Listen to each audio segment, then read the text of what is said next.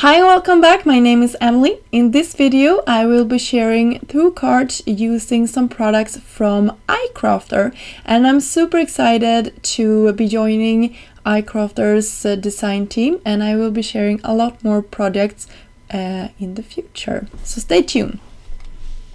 So let's get started. I am using a brand new die set called Scotty Holiday, and Buffalo Plaid I will be using as well, and that is a stencil that is just gorgeous.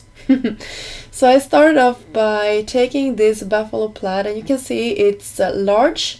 It will fit across a slimline panel if you'd like to do that, but it also works perfectly for a mini slimline or a scrapbook page, or like I'm doing here, a standard like 6x6 card front. So I'm taking some white unicorn ink and a blending brush and just going over this stencil, and this is a wet ink, so I am being careful not to smear everything when I'm doing this. And I realized that I needed a smaller blue piece as well for my project today. So I cut out this like jumping or running dog out of a couple of fun shades of cardstock that I had in my stash. And I also die cut the eyes for my little dog. And then I spritz everything with shimmer spritz. And for my sentiment, I went with the shears sentiment, and I cut it out a couple of times out of some heavy white cardstock, as well as some fun golded glitter gold cardstock here, and that just creates a bit of dimension, which always is fun when you're creating cards. And I'm just using some liquid glue here to adhere everything together. And then I wanted this to be an interactive card, but I didn't have any mechanism in my stash to do that, so I watched a video that Jennifer McGuire did, and she did this spinning card, and I thought it was so genius that I wanted to create one for myself. So all credits to her, and I just took 2 dice. I will leave links down below for a couple of ones that I think would work nicely. iCrafter has a lot of these stacked circles that would be ideal for this. And this is just 2 fun foam pieces that I'm adhering together, and you will see later on in this video that I thought this was too small, so I will go with a bigger one just to make the mechanism work a little bit better. And for the bows for my dogs, I cut them out of the same gold glitter cardstock, and I will adhere them to my dogs here.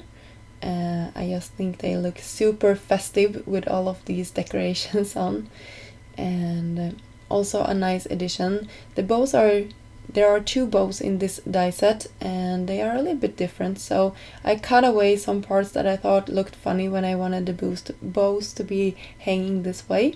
So you can also alternate your die cut images or die cut pieces the way you like. And I'll just do this a couple of more times before I'm happy with how everything looks. And then it's time for the fun part here, just to make everything move. And you can also see that I cut out a circle and then a circle inside out of some heavy acetate. I just recycled some plastic that my kids have for some toys, and that worked perfectly for this card. So I used some double-sided tape for this part and not liquid glue, because I don't think liquid glue and acetate work good together, so I wanted something that would hold for the mechanism to move. And you will see that I will slightly overlap my dogs here to make them fit inside of our 6x6 panel here. And I will do this for all of the dogs before we are done with this step. So I'm keeping this in real time. A lot of the other parts in this video is sped up a couple of times, so but this one was actually in real time. But you will see here in a second that now I will speed this up a little bit more, so I don't bore you with just watching me repeat this and adhering the dogs. And I think it looks so fun that they are chasing each other around. I just think it looks cute. So then I took our stacked circles and adhere it down. I didn't do any measurements. I was quite lazy here. I just hold my wreath of dogs and then I put it down. And you can see here I have that center part, and I think it looks a little bit too small, so I will actually take it off and create a second one in the exact same way. I just took 2 circles and cut them out of some fun foam and adhere them together to get a little bit more of a dimension. You could use whatever you have in your stash. I know that Jennifer McGuire used buttons, but I don't have any buttons in my stash, and this seemed to be working equally good. So if you don't have buttons, you can always do this, or you can actually stock cardstock if you like to do that as well. And then I will put my dogs back, making sure that the dogs are moving the way I want. And then I just had cut out a large circle, and then I will adhere that on top of the foam.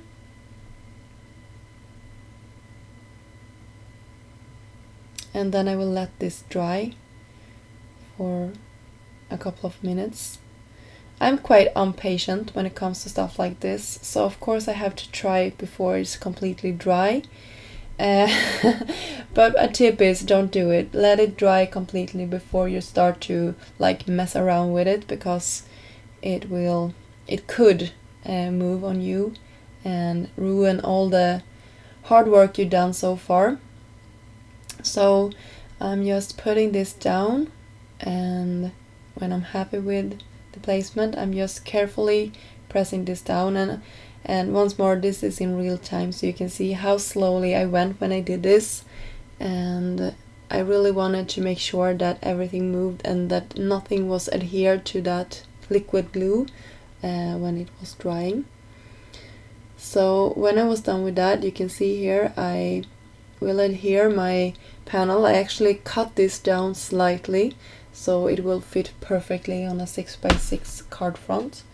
And I use the same liquid glue and just adhering it down. And it doesn't matter which way is up or down, because the sentiment will go on top here in a second. And then I'm pressing everything down when I think all is aligned. And when I like how it looks, you can see it. I wasn't happy there. It looks like it was cricket. So then I will put our sentiment down on top of this card front. And our first card is pretty much finished. All is left to do with this card is making sure that it works the way it's supposed to be. So I will twist this and see if it moves. Hopefully it does. And the card is finished. So I think this is super fun, and I have no like direction for the people that will get it, but I think they pretty much will figure it out that the dogs are moving and that they can turn it. So I'm super excited about that card. I think it turned out really great, and imagine all the images that you can use and cut out and create these sort of a wreath with. I just love it. I think it was so much fun to create and an easy mechanism to do. So for my bonus card in this video, I created a really fast one. I cut out the same image from that Scotty Holiday die set and created the same sort of greeting, the shares one here. And I will have my dogs sort of jumping or moving, whatever you want to call it, and being this really bright, vibrant colors. And the last dog here will actually have the bow as well. You could actually imagine that there are not separate dogs, that it's like one dog that is in slow motion going forward. And I will just keep this really simple with no more embellishment or anything. All I did was cutting out a cream colored panel here and adhering it to a standard A2 size card front that is landscape orientated, and that will give me the base for this. And this took me, it's ridiculous when I'm talking about it, because this took me so much time, just getting all of these dogs arranged in like this order. Yeah, I feel so much with it. You could have used like present seal from the beginning here, just making sure that you have them in the right order that you liked before you took them away and start adhering it. But of course I didn't think of that at the time, so that is a tip if you want to recreate this sort of a look.